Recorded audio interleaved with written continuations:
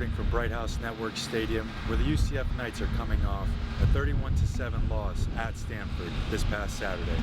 It was a long trip, but you know, it's a trip that, hey, I think you got to go out. Wasn't pleased the way we played, but I think you're always looking to make corrections. And you know, as I said to him, there's 2 seasons over into the 3rd season this week, and that's how I look at the season. I spend the one day on the corrections and I move on. I think that's what you have to do, because you can spend all week making corrections on last week's game.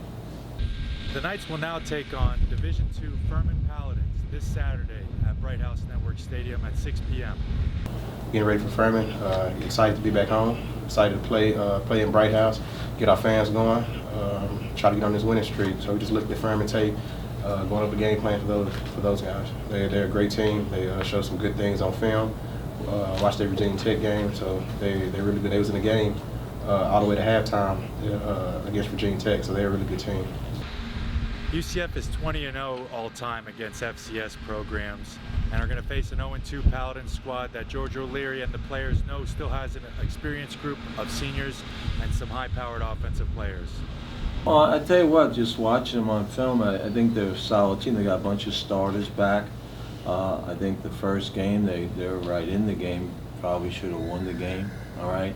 I think the second game, I think they were outmanned a little bit as far as, but I tell you what, they do a lot of things on offense. The quarterback, I think, is really, really a good player. He does a lot of things with his feet, with his arm, and they have a bunch of experience back on offense and defense. And I think basically it's a team that we're going to have to play very well against to make sure that we secure what we need to do. Reporting from Bright House Network Stadium, this is Frank Shala.